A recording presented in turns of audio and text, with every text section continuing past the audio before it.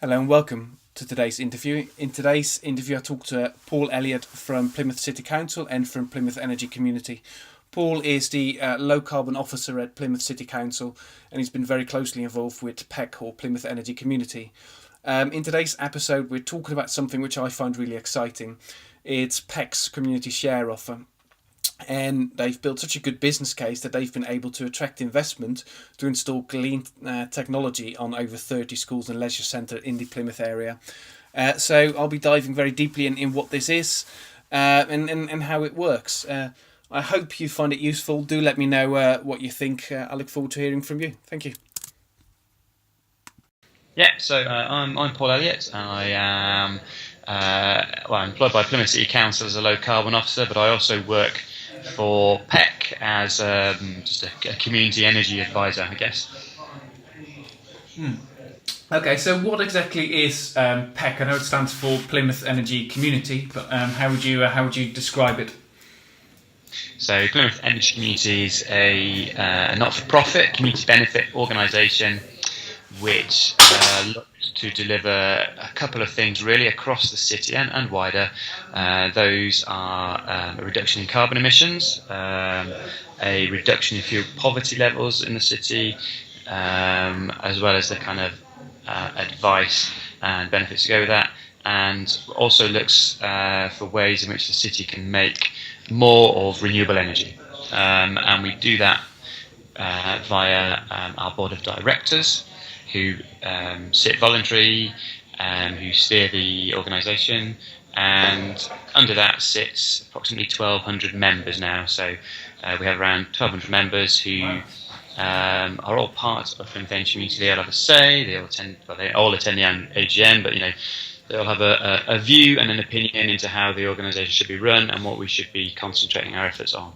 Well, 1,200. I didn't know it was 1,200, so it's grown quite a bit then, really. That's pretty big. So I also know, I think it's pushing boundaries quite a bit, really. I think it's doing things that I sort of hadn't seen before, and we'll get on to sort of your community share offer in a tick. But did you fairly recently won the Observer Ethical Awards? Yeah, that was a great achievement. That's kind of the first award. We without blowing our trumpet too much, we'd won a few awards, but they're kind of industry awards, if you know what I mean. So there's recognition within the industry, which is great, but the Observer Award is the first one that's a completely external organisation, for want of a better word, that's picked up on the work and community energy as well, and kind of accredited us for the work that we've done. So we were dead chuffed with that one. That's really good.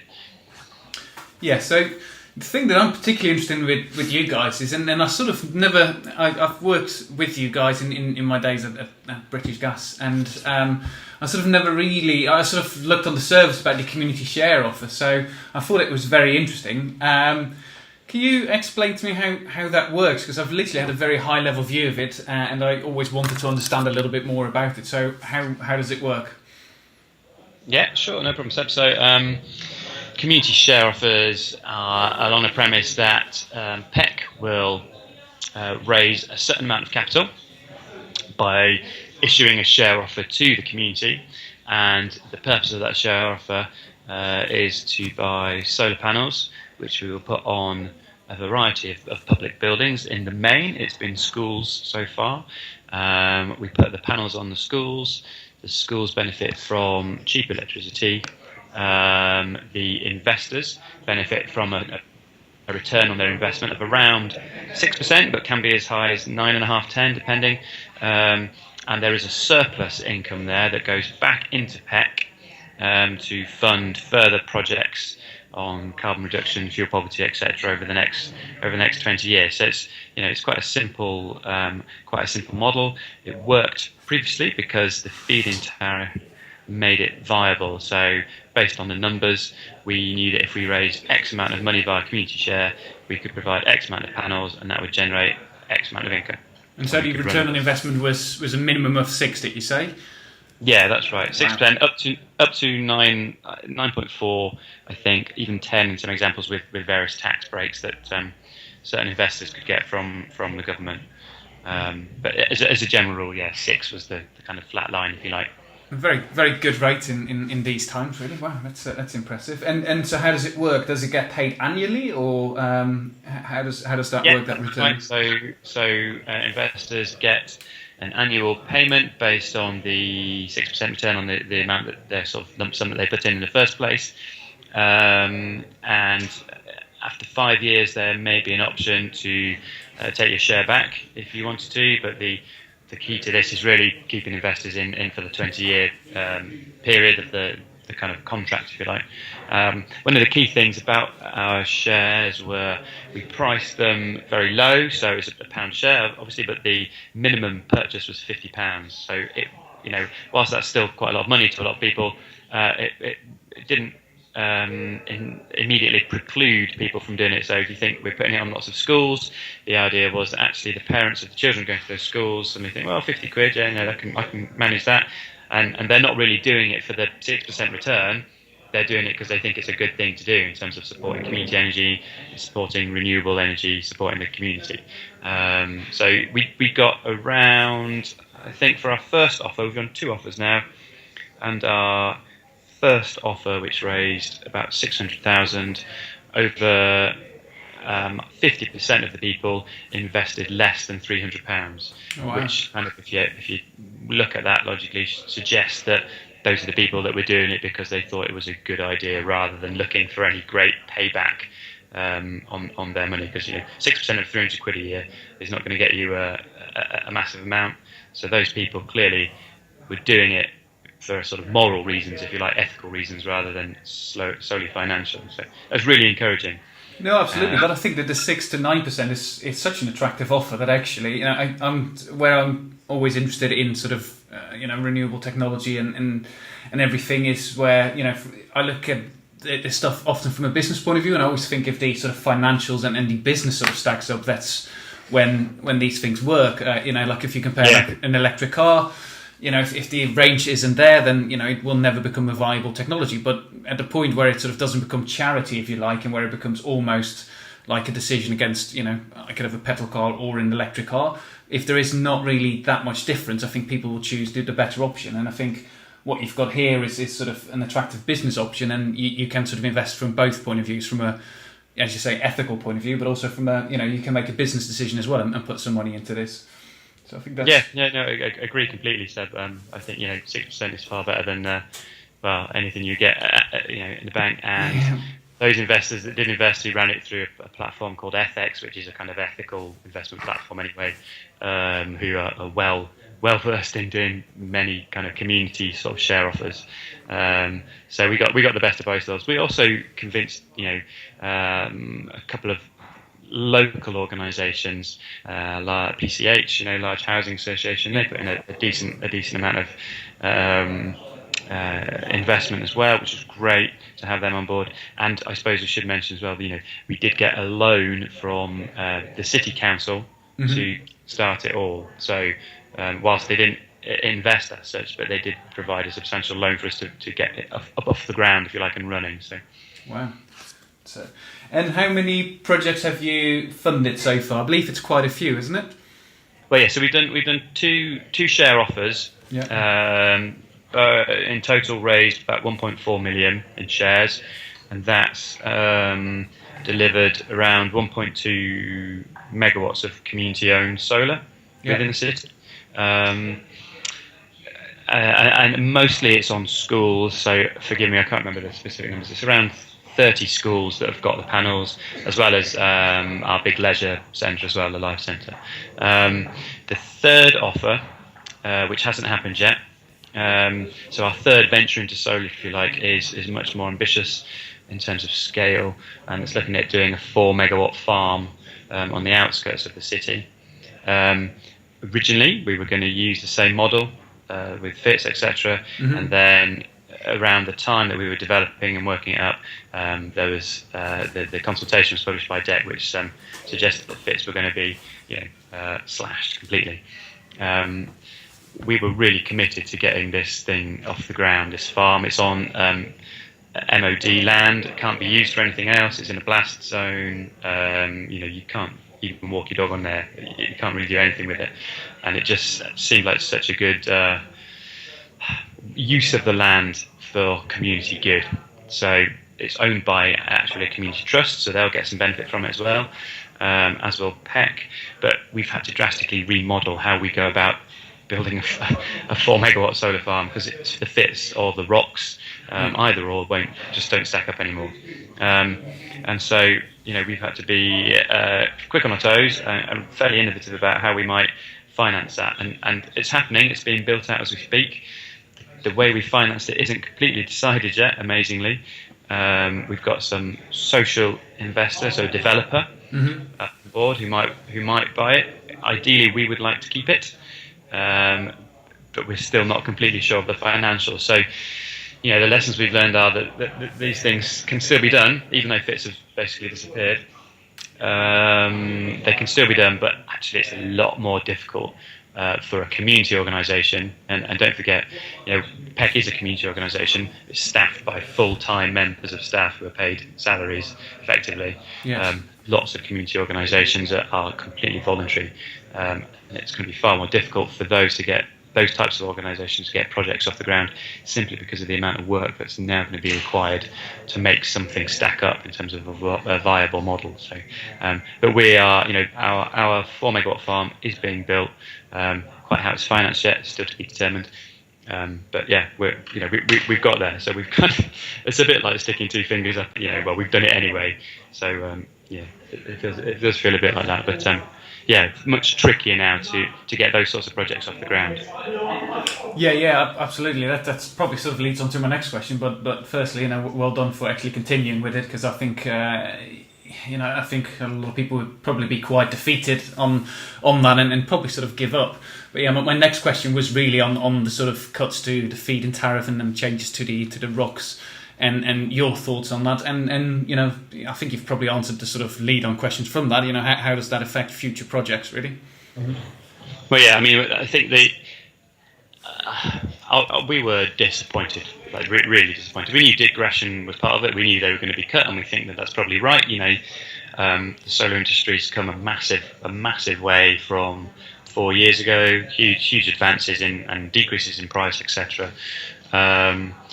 But to go so drastic as to 87% cut to the feed-in tariff, because they think it now stands on its own 2 feet and doesn't need it. I think you only have to look at the amount of solar people that have gone out of business to say that actually the industry still needs a tariff. And they've wavered slightly. I think they've gone from 1.87 per unit domestic-wise to about 3.4, something like that, off the top of my head. But it's still not. It's still a massive cut from the 12.5 pence that it was prior to, and that level of cut overnight is, of course, going to damage industry and SMEs that are working around it. We think that part of the issue here is that I think DEC have got their sums wrong and are being too cautious. So they've had a load of pre-registered stuff. Various different organisations could pre-register a site without the need for it effectively to be built out. They were kind of just, that was a risk that they were safeguarding against by pre-registering it. And DEC have counted those figures when thinking about, actually, what's the total amount of solar and therefore tariff that we're going to have to subsidise. Now, a lot of those pre-registered sites aren't going to materialise. So when DEC are looking at what they've got to spend on this against what's actually going to be built out, I think there's a discrepancy there.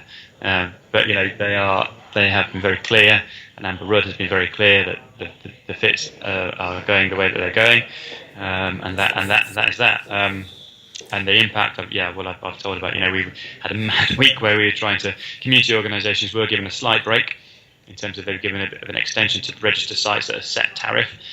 So we had a mad week just signing up lots of potential places, which is completely the wrong, in terms of a structured approach to 2050 to reach carbon targets. This kind of stop-start, mad dash nature of government policy is it's crippling for industry. It's a real pain in the arse for community energy organisations and for local authorities. It's just not the right way to do it. But politics. How you get around that, I've no idea. I wrote an article called "What Amber Rudd Can Learn from Mick Jagger," and I read it. And it was good. Yeah, I think basically my key frustration with all of this is just sort of signalling. Like it's probably sort of okay for the sort of bigger companies, but you really sort of, with these sudden decisions, you really hurt the SMEs, and it's just signalling what is coming on. And also with some of these cuts, you sort of want to taper it off rather than, we've had this before with FITS back in, was it 2008, when there was a massive cut, and I don't think anybody argues that those cuts probably need to be made in light of how much the solar industry has come on. It's just the sort of suddenness and the drasticness of it, and you'd think if you just taper it by over the next few years, then you probably get a much more sustainable industry, really, and people know, and businesses know they'll have to sort of stand on their own 2 feet. It's frustrating. I agree. And it's sort of, we're saying SMEs here, aren't we? But we've got Mark Group and Climate Energy both folded. That's nearly 3,000 jobs in the kind of energy. They're big companies to fold. And that direct result of feeding Tariff and, well, I was going to say Green Deal, but various other kind of policies rating around that, I suppose. But big companies as well, obviously suffering. So yes, we weren't impressed. Is the kind of summary statement from us, I suppose. Okay, but I suppose the conclusion is that the projects do still stand on. You can still deliver, community projects as you currently have been with your share offer, even with the changes. You can do, but I think the risks for the organisation trying to deliver it are greater. The financial risks are greater. So, and going forward, making it a viable option is going to be much more difficult, just from a numbers point of view, if nothing else. The rate of return you'd be able to offer an investor for sure, that sort of thing, is going to be diminished significantly. And so, going forward, it's going to be more tricky to get these things off the ground.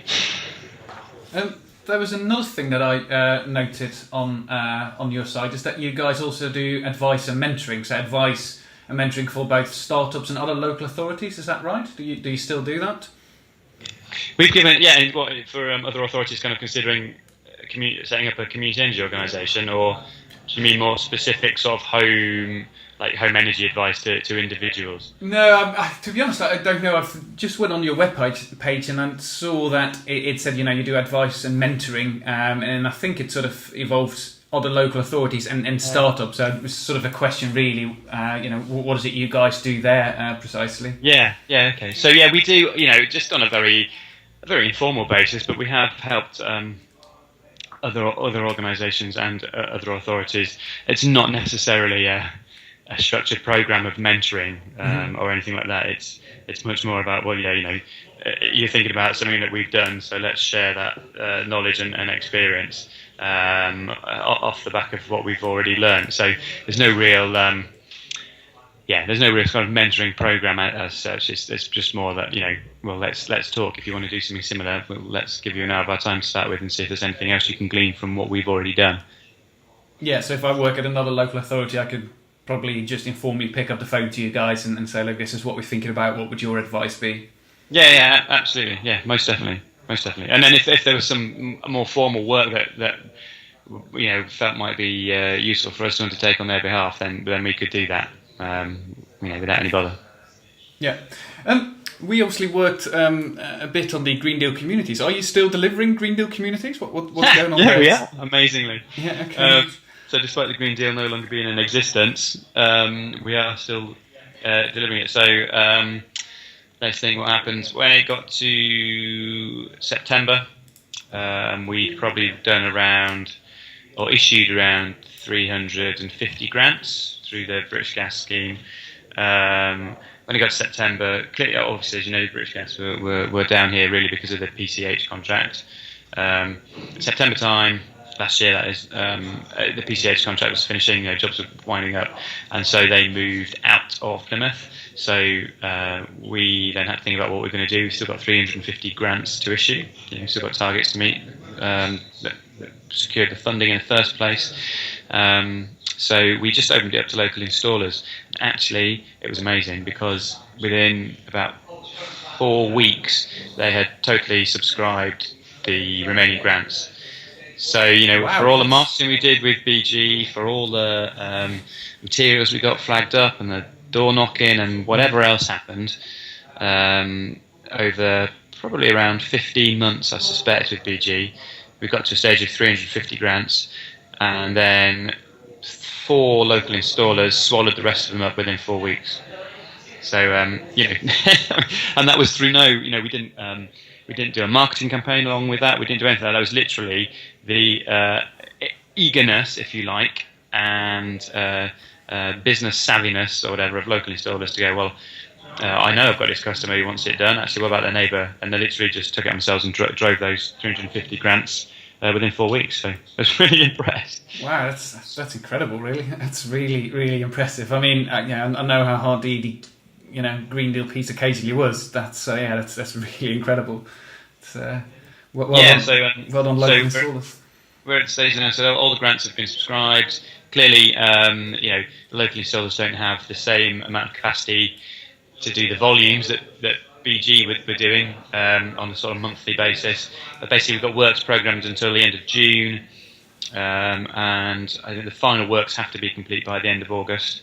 And then we should have insulated. Well, it'll be probably just over 700 properties by the time we've Wow. By the time we've finished, and they'll have all received the grants, the Green Deal Communities grants. So. I mean, again, I think the Plymouth area. I think that's probably one of the probably most successful Green Deal community schemes out there. Really, I'm a little bit out of the game with Green Deal communities and all of that, and I don't think we'll ever get back into that because of the the Green Deal's not really there anymore. But I think it's probably one of the most successful ones. Really, it's very impressive. But there's a few. So DEC publish a league table now every month. I don't know if it's tried to cajole us into doing more or whatever, but I think there's 5 authorities that have met their targets in terms of grants complete. No one's actually insulated all the houses yet, but every month there is progress. So I think even the kind of scheme that's not performing the best is the worst one is still at 50% grant take up. So there's kind of there is movement, albeit slow with some other areas. But yeah, we're chuffed with how it's gone. It's lesson learned. I mean, the original deadline from DEC was to do it within 6 months from a standing start, which clearly was ludicrous. So we've had 2 official extensions to the scheme by DEC. We did discuss this at the time, didn't we? We sort of raised some eyebrows. We did. Yeah, it's an interesting one. So a good 2 years to deliver a program of this nature, I think, given where the industry was at the start of it and so on. But all's going well so far. So brilliant, well done. So I think that's probably most of it. I mean, I'm just a couple more questions really on. You've obviously got another share offer coming out. Is there anything else that PEC is looking for at the future? We need to work more on a sustainable kind of approach to delivering energy efficiency measures and home energy advice. Yeah. And so we're just starting a program now called Healthy Homes, where we've got some external funding which will tie in the relationship between poor housing and ill health. Okay, that's very interesting. It'd be very interesting to actually see your case study from that once you've done it, because there's always been a lot of talk around that, but from what I can see, there was not that much action. I think there's always these studies out there to say, this is how it links, but never some direct action. So I'll be fascinated to see what your lessons learned are from that, really. Yeah, well, we're really hoping for it in a sense that we're going to put heating in people's properties and so on. The program runs for a year, but the key thing for this is really to highlight and raise the issue of poor housing on health's agenda. Yeah. So we're going to make that link. We're going to say, well, look, we've spent £200,000 on the scheme for a year. Actually, we've saved the NHS £500,000 in terms of reduced hospital admissions or whatever it might be. Yeah. And that's the vital bit about this. It's the whole evaluation of the scheme and how good. But yeah, we will be sharing probably April next year. It will be the time when the kind of evaluation report is published. So yeah, I'm more than happy to have a copy and make of it what you will. Fascinating. Okay, I'm really very interested in that, because I think one of the key things with some of the studies is that people might not believe some of the the papers that are published without sort of hard evidence. So some case that would be fascinating on this, really. So I'll be I'm looking out for that one. I'll probably tap you up at that time. I suppose that's it then. So, I mean, thank you very much for your time. If people want to find out more about PEC, the share offer, etc., where can they go?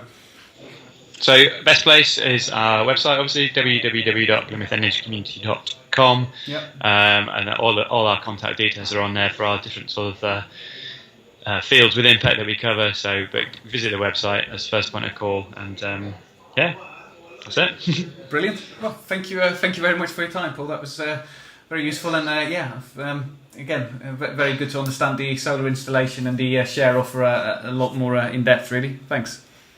Cheers. Thanks, Seb. Cheers, mate. Have a good one.